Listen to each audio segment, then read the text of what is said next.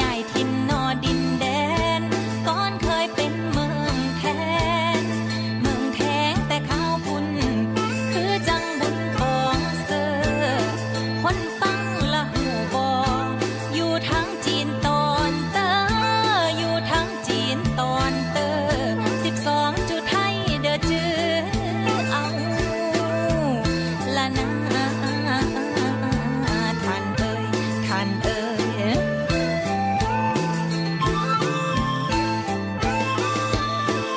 ผู้ฟังเอ่ยอยู่มีหึงกระเดิดฮอนเกิดวิบัติเหตุการณ์ใหญ่อยู่ทั้งของฝั่งซ้ายผู้คนใดเล่าขานเกิดสงครามมีจบสิ้นฮอนแผ่นดินจนแตกมาจังพากันโยกย้ายจังพากันโยกย้ายห้ามห้องมาทางอีสานละนะท่านเอ่ยท่านเอ่ย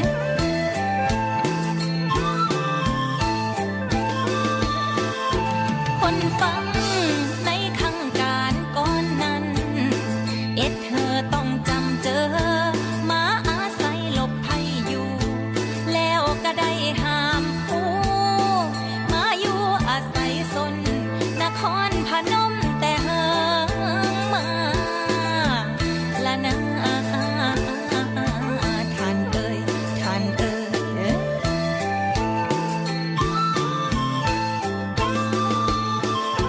โอ้ยน้ออยู่มีหึงก็เกิดแรงน้ำมันแห้งฝนมีลิ้นเคยทำกินโซนหน้าให้น้ำมีไหลกระจบสิ้นสัตว์ในดินก็ตายเละเหลือพี่เหลือคนอยู่แต่กบเขตอยู่เตอหูมันยังอยู่ลีมีใดหมู่เฮานั้นอยู่แนวเลยละนะท่านเอ่ยท่านเอ่ย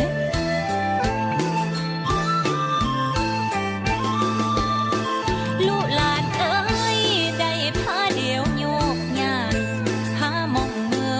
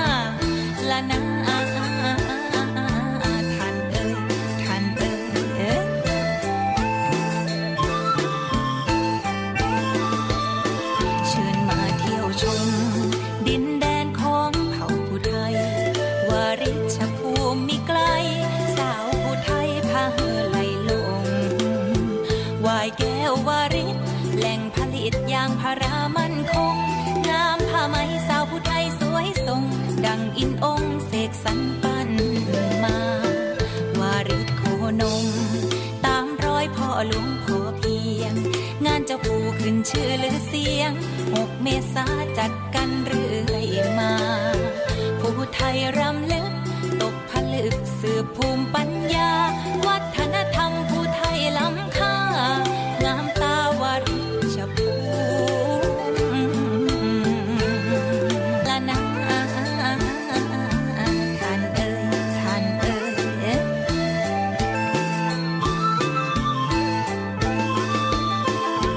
โอ้หนอภูมิลำเนาผู้ไทยนี้เปิงบ้านเนานค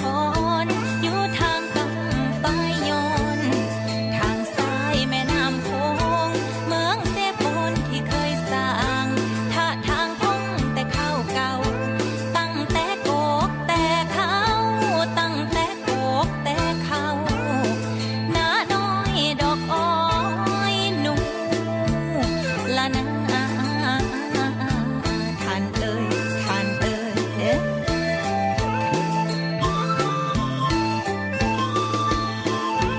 คนฟังก่อนเคยเนา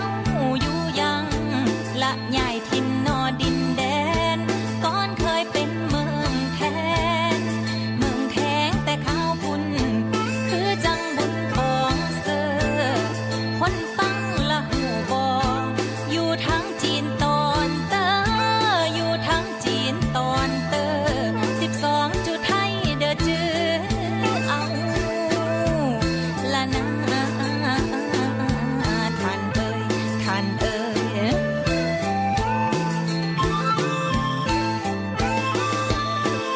ผู้ฟังเอ่ยอยู่มีหึงกระเดิดฮอนเกิดวิบัติเหตุการณ์ใหญ่อยู่ทางของฝั่งซ้ายผู้คนใด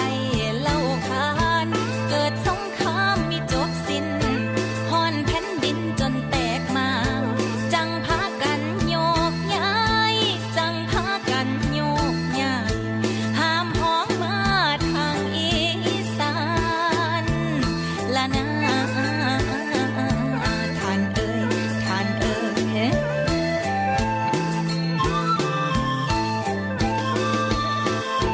คนฟังในขังการก่อนนั้นเธอต้องจำเจอมาอาศัยหลบภัยอยู่ แล้วก็ได้ห้ามผู้มาอยู่อาศัยสนนครพนมแต่เฮิงมาละนาท่านเอ่ยท่านเอ่ย